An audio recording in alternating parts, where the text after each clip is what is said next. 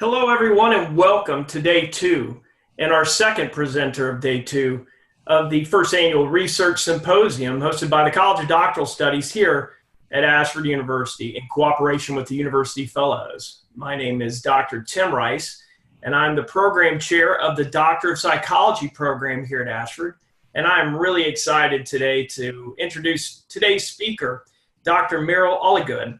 Merril is a 2018 graduate of the Organizational Development Leadership Program at the University of the Rockies. And today his presentation is titled, Communicating to Engage Organizational Members of Differing Cultural Backgrounds and Change Projects. This is a very interesting project, and I believe you'll really enjoy hearing about what Merril found in his study. So everyone, please welcome Merril. Thank you, Dr. Rice. Yeah, I'm Merril. I'm talking to you from Buffalo, so good day, ladies and gentlemen on the call. To set the stage a little bit, we'll be talking about the fact that change itself is a ubiquitous and disruptive force in the current organization's environmental setting. It causes a decrease in performance as the change is adopted and implemented. And there's some industry data out there that says 75% of change projects actually do not meet their objectives, and the loss of this is about $109 million for every $1 billion invested. There's a little bit about myself there and how I came to the passion for this topic. Cross-cultural change communication is frequently cited as a culprit for the failure of some of these projects. Putting together my background in the military, traveling around the world, interacting with a lot of different cultures, flying airplanes to every continent except Antarctica, my passion for international relations, and my current job as a change management instructor kind of brought these three elements to a head and led me to want to study this topic, because researchers have noted that change efforts are most successful when managers address the cultural context of impacted employees. So here's a description of the study. It was conducted in 2018. The objective was just to explore this phenomenon of cross-cultural communications and the role it plays in change projects. The method lent itself to a qualitative method because the study, much like the qualitative method itself, was exploratory.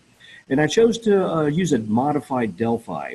For those of you not familiar with Delphi, it's a research method piloted by Rand in the 1960s to kind of do some futurist predicting, and they got a bunch of experts together and just brainstormed. My particular brand of Delphi was modified in that I used existing literature to kind of guide the first steps in the study. But what we were trying to do with this was get a panel of experts together and make sense of a phenomenon for which other methods were inadequate. The specific problem I was addressing is this: change managers fail to communicate effectively in cross-cultural settings, resulting in failed change projects. The purpose was to look into this and gain some consensus from a panel of experts about, number one, why do change managers fail? Number two, what strategies would help them be successful? And then number three, which cultural elements are the most important in this area of cross-cultural change communications? This purpose led directly into these three research questions that mirror what you just heard. Research question one, why do they fail? Research question two, what strategies are effective? And research question three, which of the cultural aspects are most important? Thus, I was looking at three variables or phenomena: one, culture; one, change management; and one, communication. Bringing them together in this graphic, I wanted to look at the intersection of these three variables and the impact they had on driving the engagement and adoption of change by organizational members who may be from different cultural backgrounds. The theoretical underpinnings are based on the social change theory from Van Gennep at the turn of the previous century, where he was looking at social transitions, to the current day when we have Jeff Hyatt putting together a model called the ADKAR model that describes this individual change journey, beginning with awareness of the need for change, through desire being the willingness to engage and participate, knowledge, the skills needed to change, and ability, the application of those skills, culminating in reinforcement, the continuance or sustainment of those skills. Also relied on a background of culture theories, specifically intercultural theories, and the communication theories I loosely grouped into outcome, identity, and assimilation-based theories. I put together a panel of experts. You'll see from the graphic on the right, that green shaded half of the circle, half of my participants had more than 15 years of experience in managing change across cultures, and the average across the whole panel was 13.3. I had a CEO, a vice president, several directors. I had a PhD, a bunch of master's degrees, and look at the countries down there. That last bullet represents the countries that my participants came from. However, don't let that deceive you. Those representatives were not solely working within those countries, but were working throughout the regions in which they came from. Basically, the experience they had covered every region and every subculture within the world. I put together a questionnaire based on the existing literature, and the graphic at the bottom of this slide has the details of that literature review. I also grabbed a 10-member pilot group of change management professionals, and between them, this group had over a century of change management experience. They piloted the round 1 instrument for me between April 2nd and 16th. And they gave me some pretty good guidance about how to maybe reword some of my questions so they would be more easily understood. They reminded me that many of my participants were not native English speakers, and it was kind of critical to have really clear communications and clear wording on the questions, and they were very instrumental in helping me get there. So how Delphi works is, it's a series of rounds of questionnaires. In my case, I found 3 rounds to be sufficient to achieve that data saturation. Again, round 1 was informed by the existing literature. Participants answered that 50-question survey. The survey included their opinion on various statements, and they could either agree or disagree on a 5-point Likert scale. I used those Likert scale scores to determine the level of consensus. Some of the questions asked them to rank order elements, i.e. which ones are the most important in order. And then lastly, I also included some open-ended questions to make sure that we weren't ignoring any elements that the experts believed should be included in the conversation. So basically, round 1 informed round 2, and during round 2, the participants got not just the round 2 questionnaire, but also a summation of the results from round 1, so we were able to keep the conversation going and coherent, right? Now, I got to keep in mind, my panel was globally distributed, different time zones. I had to do this asynchronously, so I contacted them solely through email, but it was easy to maintain anonymity and confidentiality. None of the panel members knew who else was on the panel, and also I was able to strip their identifying information off of the data as I collected it, so that prevented a little bit of that researcher bias. I had to allow them about a month per questionnaire because they're busy professionals, but I had really good response rates. I was concerned about attrition and response rates going in, but I didn't have a problem with that at all. Far exceeded the 70% recommended threshold for those 2 elements. When I got the data, I transferred it to an Excel worksheet without identifying information to allow me to maintain that anonymity and confidentiality. I used Excel to calculate the means for the applicable items to allow me to establish consensus. And then I used a separate Excel worksheet to hammer out the rack and stack of those items for which prioritization was the goal. And I arranged it in descending consensus. So with all that, you might be wondering about the results. Let's go there. The results from research question number 1, why do change managers fail to communicate effectively? The highest level of consensus I got in this area was that first bullet there. Ineffective cross-cultural communication is a major cause of failed change projects. Well, the industry data told me that, but I included this question just to make sure of the expertise of my panel, and I found that every time when I did that, I used some of the questions to validate their expertise. They were always spot on. The panel also told me that we fail to use an intentional process, and that causes problems. We sometimes use too narrow of a definition of culture, perhaps including maybe 1 or 2 elements, perhaps national cultural elements, perhaps gender, perhaps generation, but we need a more robust approach there. Lastly, a failure to tailor the communications to those specific cultural dimensions. The rest of the findings kind of fell into 2 general categories about why we failed. Number 1, we select the wrong communicators. We either pick communicators who don't have the right skills, and then we follow that up by not equipping them properly with the skills they need to be effective in a cross-cultural environment. Secondly, organizations adopt some failed strategies. First of all, we fail to consider local culture. And that response rate, that agreement there at 97.5 was the highest consensus I got. Number 1, we fail to consider local culture in our change communications. And you might be thinking that just applied to multinational operations. Not so. Even within national cultures, that finding was agreed to, right?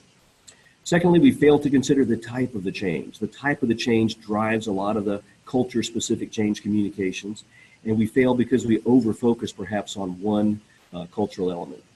Also, this one surprised me. I wasn't expecting this one, but some of my respondents said, organizations assume levels of trust.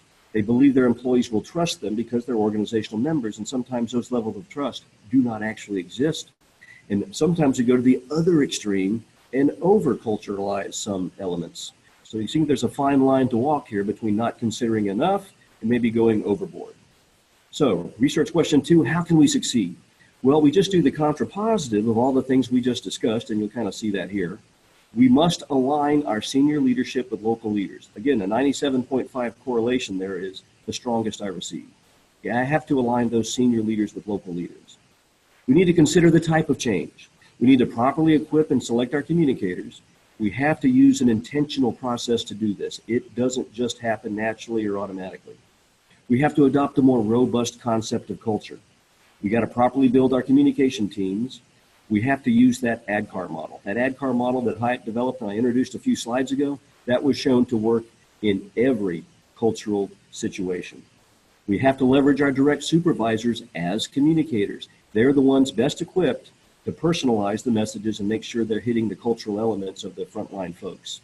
We've got to use our senior leaders and our local leaders, incorporate as much face-to-face communications as possible. So which cultural elements do we need to consider? Well, the top 5 in order kind of surprised me a little bit. The number 1 there, you'll see results versus process. That is an organizational culture element, i.e. does the organization value the process that we have to go through to get to the results, or do they just value the results, right? That was the main driver, as my panel said, in how to handle these cross-cultural communications. I expected power distance and individualism versus collectivism to show up. Those have been around for years out of the Globe and the Hofstede and Trompenaars models that you're probably familiar with.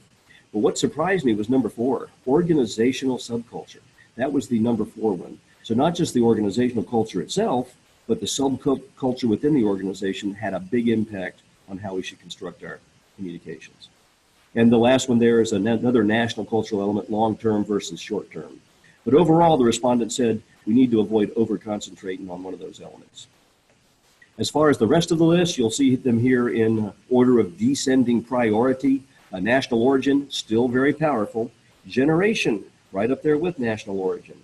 Uncertainty avoidance was another one. Organizational membership or profession, industry segment kind of goes hand in hand with that.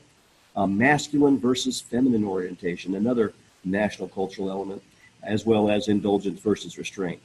Interestingly, I posited a few of these just to see how they would fly, and my panel did not seem to think that socio-political background, gender, religious preferences, or race was as important in cross-cultural communications as were the others. So in sum, the consensus that we achieved here fully addressed all of the research questions. Organizations fail in general because of unintentionality, and we fail to appreciate the complexity and impact of culture, and we don't appropriately select and or equip our team members.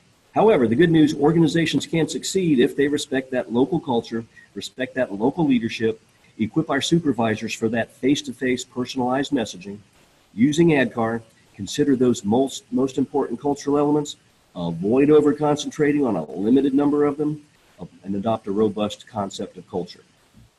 Now, the negative, right? There are some limitations inherent in Delphi. Some of them are just involved with the process itself. Number 1, it's not exactly scientific, right? We're getting a panel of experts together who are discussing their opinions.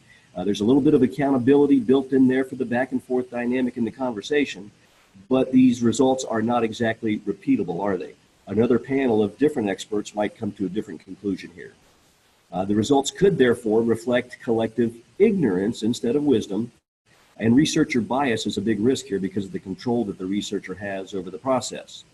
In our drive to get consensus, we might actually force consensus and gloss over some of the differences. And panel accountability, not just for participation, but also for the quality of participation, can be an issue. However, there are countermeasures that the researcher can take. Establishing a truly expert panel goes a long way to overcoming the first couple. I had an accountability buddy, I called him, one of the members of my pilot study. I used him throughout the process to make sure that my own bias didn't creep into the process, and he was very effective in keeping me honest there. And lastly, I didn't try to force consensus, but I included the range of findings on all of the elements, not just the ones that we achieved consensus on, but all of the other ones as well, as far as the outlier responses on those for which we did achieve consensus. I wanted to present the range of opinions. Other limitations kind of came up during the study itself. Going in, I had this concept of cultural purity, and my panel told me that didn't exist anymore. We've got this ongoing globalization thing that's kind of driving cultures together. So it was, matter of fact, they said they never kind of came across a purely homogeneous culture anymore. It was all mixed. One of my panelists told me that she was very hesitant about making generalizations. She said there was a lot of risk in that. Now, I went in with some preconceptions because I wanted a nice, simple list of guidelines that I could provide to change practitioners to help them succeed with this cross-cultural change thing. And my panel told me loud and clear, there is a significant risk of trying to oversimplify that. Very complex, a lot of variables, so we can get into trouble by doing that overgeneralization. I also personally questioned the validity of those national cultural elements. And I questioned this concept of intercultural communication competence. You might have heard that ICC acronym before. I wondered whether they were still valid because they're getting kind of dated. And again, we got this globalization thing going on. So I thought maybe the biggest impact might be just interpersonal skill. Maybe it's not intercultural communications anymore, but it's just interpersonal communication skill. But my panel told me that number one, you can oversimplify. Number two, you can overgeneralize. Number three, those national cultural elements are still a factor, as are the concepts around intercultural communication competence. And those interpersonal skills are important, but they don't trump all the others. However, coming out of the research, I believe we have some areas where we can do some more research, maybe develop some new theory. We did validate the complex nature of culture, so perhaps a new theory that's more integrated with all of these different cultural elements needs to be developed. We do need to update our national cultural frameworks because, again, they're about 20 years old now. We kind of need to modify those a little bit based on our ongoing globalization with disruptive technology. We probably need to update our theory of cross-cultural communications because it's not just about acculturation anymore, right? There's a lot more to it than that. We need a more holistic, infused approach and perspective on what it takes to be an effective communicator. There's been this debate amongst the smart people for years about whether it's a set of skills or whether it's practice that makes you competent. And my panel answered that question as a yes, you got to have both. You got to know the details, but you also got to have the practice to really be proficient at cross-culturally communicating. However, they also said that the impact of the locality is important, that we have to be ready to be flexible and customize our approach based on the dynamics of the locality. Not one answer fits all here. So what are the practical implications here? Well, the findings do provide an excellent guide for cross-cultural change communicators. And hopefully these recommendations will help organizations do this better so we won't have all that wasted change effort. We can take care of our people better during these change projects that are really disruptive. Actually, these results apply to any kind of an organization, not just multinationals, and hopefully the practitioners can use this information to prioritize those elements that are most important given their situation, dynamics, and environment. So let's close up here with some future implementations. The ongoing cultural blending is going to continue. We'll probably see increased globalization. Acculturation is going to be completely different in the future as people adopt perhaps a more global mindset where they're not hamstrung by certain elements of their past, but they're more flexible and agile and can adopt a more global focus. We're going to continue to see a smaller world with disruptive technology. However, let's not overgeneralize. That is a risk that we got to think about. Our focus must remain on the individual. We say in the business of change management that organizations don't change, people do. The true unit of change is the individual, not the organization. So our change communications continue to have to be focused on the individual. However, change is going to be with us, so we have an ongoing need to implement change as well if our organizations are going to grow and survive into the future. I'm Dr. Merril Alligood, and I'm ready for your questions. Thank you. Thanks so much, Merril, and I appreciate that information. We do have some questions. By the way, anyone that has a question, please go to the Zoom group chat box in Zoom and offer them. I'm going to go and I'm going to ask a couple of the ones that we've received thus far. One thing that Kate Johnson brought up, I've seen that in surveys talking about what you were talking about earlier, asking questions based on an assumption that they don't really know. Yeah. One of the things Dr. Sundstrom asked, say more about the difference between masculine and feminine orientation and gender identity. And why do you think orientation was significant, but gender was not? Yeah. Yeah, masculine versus feminine is normally associated with a national cultural element. And it's one of the old Hofstede constructs that back in the day. And it was generally, does our culture promote feminine engagement or does it not? And this primarily came out of Arab cultures where it was a male-dominated society versus allowing females to engage. Now that's changing, of course, as part of that globalization thing. But that's where that idea came from. Gender association was, gender itself was thought to be important in cross-cultural change communications, but I also included GLBTQ, and that didn't really show up high as a priority on the list. And that kind of surprised me that my panelists differentiated between those two.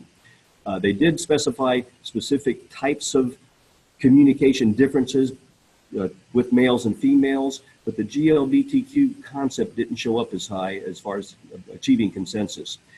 Wide diversity of opinion on that, though. I had some that strongly agreed that it did, but they were balanced out by ones that strongly disagreed. So that we didn't reach a level of consensus on that one. There was just a wide perspective on that one. I found that interesting.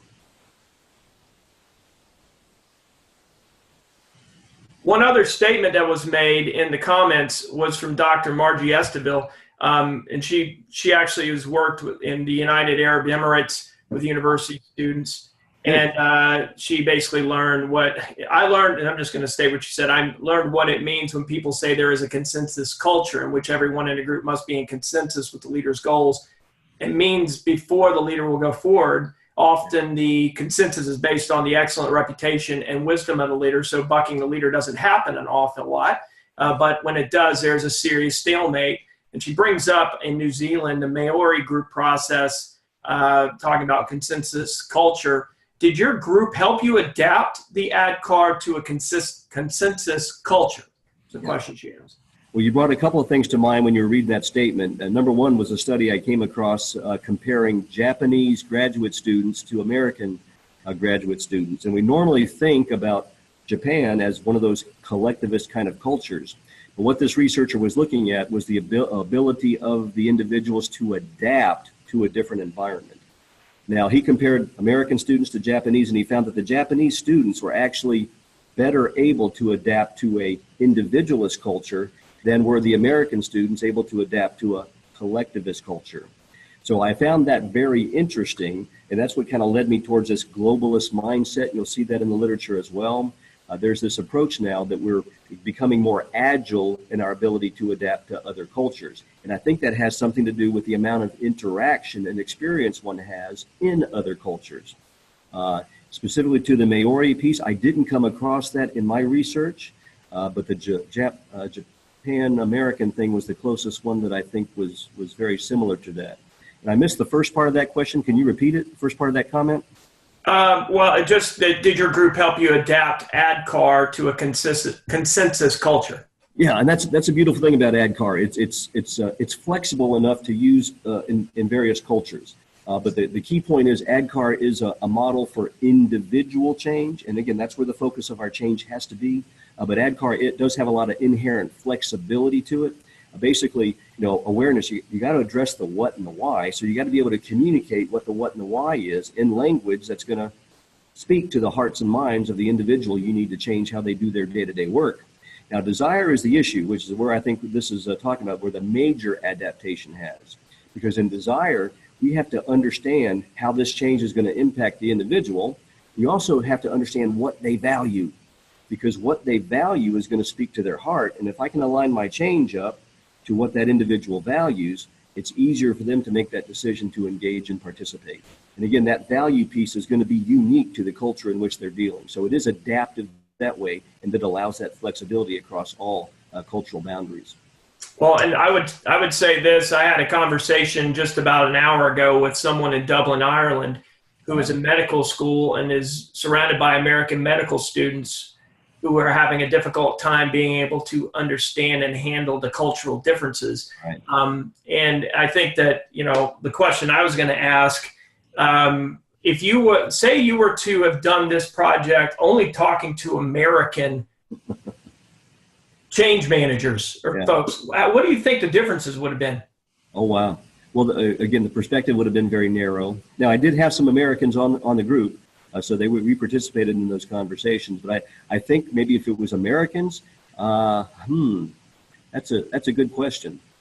One of the things I think might have been an impact is a failure to appreciate the agility of being able to adjust to a more dominant culture. Americans are used to having their way, right? And I just wonder if Americans, like in that study with the Japanese and American students, I wonder if they would have been able to adapt as readily as some of my more internationally minded, internationally focused people are, because we're somewhat a little bit more cloistered here in the States. That's probably an overgeneralization, because I had a lot of Americans who were working with multinational corporations that worked around the world who were just as agile as my folks who were living around the world. So I'm trying to think through that out loud as you ask the question, but I'm not sure if the differences would have been that big. Come to think of it, it might have been very similar. Mm-hmm. Yeah. One question Dr. Irene Stein had was, have you been able to use, by the way, she lives in Fort Collins too. Have you been able to use your results in your practice or in your work? Oh, absolutely. Absolutely. I teach change management. Matter of fact, I'm at lunch break during a change management group right now. I hope they bring me something. Anyway, I have. I use this information in the classroom because a lot of my students, obviously most of them, are now working across cultures, and we're talking about what they need to do to get people to engage in change so they can be more effective and efficient in this change process. And this has found its way into my classroom, especially the big findings, right? The need to align that local leadership with the organizational leadership. ProSci has done a lot of research in this area too, and ProSci already recognized the importance of the senior leader and that frontline supervisor. Where I think our research didn't fill in the gap was the importance of that local leader. And that's what I've been bringing into my classroom to make sure that we're all in alignment. The big cheese for the organization, the CEO, needs to be speaking the same language as that local director, regional manager kind of thing, as that frontline manager or supervisor. And if all those folks are in alignment, we're going to have a lot better chance of getting the individuals to adopt and use the changes we're implementing. Absolutely. Right. One last thing, Dr. Etzel made a comment here, and I'll just read it out loud. That makes a lot of sense for making your process operational. So as long as the collectivist orientation is predominant, change is harder, but when you can interact with people as individuals, they can develop confidence in their role of speaking their own mind. And just a comment that she offered. Just wanted to share that with you. Well, I think that's important. Part of what we talk about in the classroom is the need to make change a safe environment, right? And what I mean by that is having people feeling comfortable sharing their issues. Because if we want people to adopt and use change, they've got to feel comfortable talking about the things that are giving them problems with it, the things they might not agree with, or the things they're finding particularly difficult.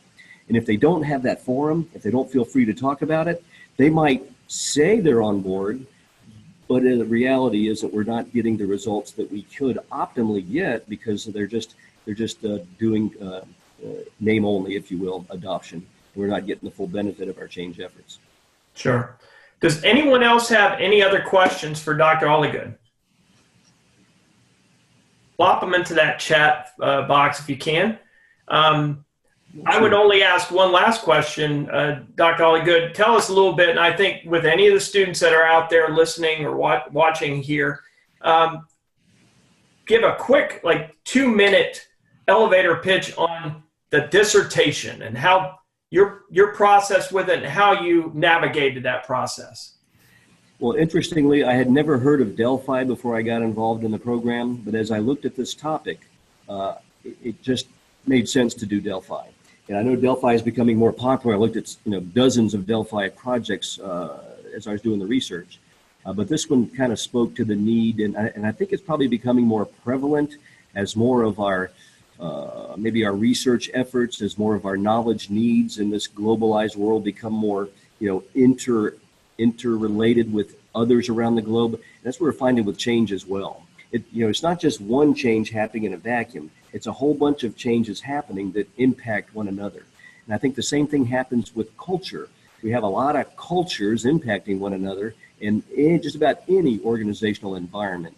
And I think that's what I'm seeing both now and into the future, just an increasing growth in this need for more agile thinking. I like to think of it as agile thinking, more ability to synchronize and harmonize and bring a lot of moving parts together into a process, a flexible process, but a process that we can rely on in a way we can approach things so that we can account for all of the variables, all of the various phenomena to direct the best way ahead.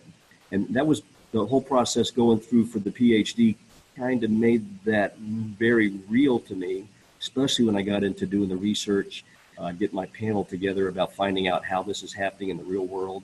And that was just a real thing to me. Biggest challenge? Biggest challenge.